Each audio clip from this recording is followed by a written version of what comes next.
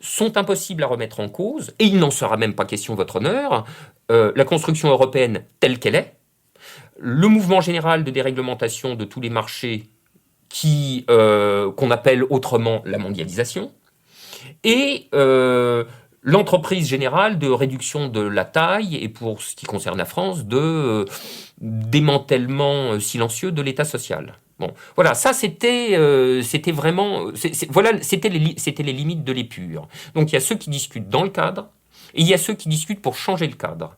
Ceux qui veulent changer le cadre, c'est-à-dire les oppositions primaires, ceux-là seront écartés définitivement. Mais bienvenue à ceux qui veulent grenouiller à l'intérieur du périmètre du bac à sable. Ceux-là, oui, on les accepte. Mais enfin, ça fait quand même un débat politique, je veux dire, sacrément atrophié. Convaincre, c'est aussi et surtout se donner les moyens de convaincre. Pour ça, les médias ont leurs champions, véritables stakhanovistes des caméras et des micros. En 6 ans, les 2 économistes Frédéric Lordon et Jean Gadret auront été invités 32 fois à la radio et à la télévision. Durant la même période, Jacques Attali, Jean-Hervé Lorenzi et Michel Godet totaliseront à eux 3 912 passages. Le 7 juin, c'est, rappelons-le, 3 mois avant le krach de septembre 2008. Tu disais, je crois très justement que, d'une certaine façon, la crise financière, encore que ce ne soit pas du tout fini, mais la crise financière est a priori passée, c'est-à-dire le risque plus exactement que la crise... dérapage. Voilà, le risque que la crise financière dérape en crise systémique où les banques tomberaient comme des dominos, ça semble écarté.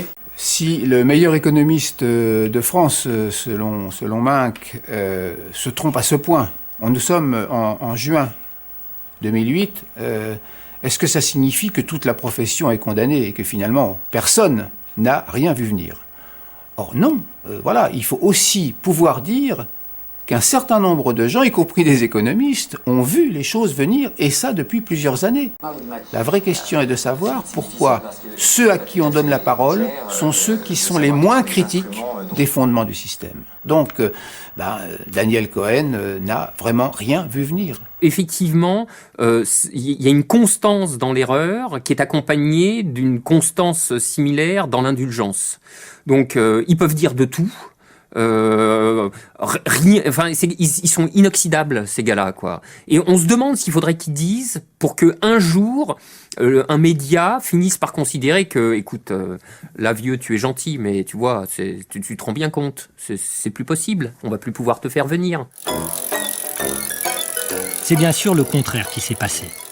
Ce sont les mêmes experts qui sont venus commenter cette crise d'un système dont ils ont tant fait l'éloge.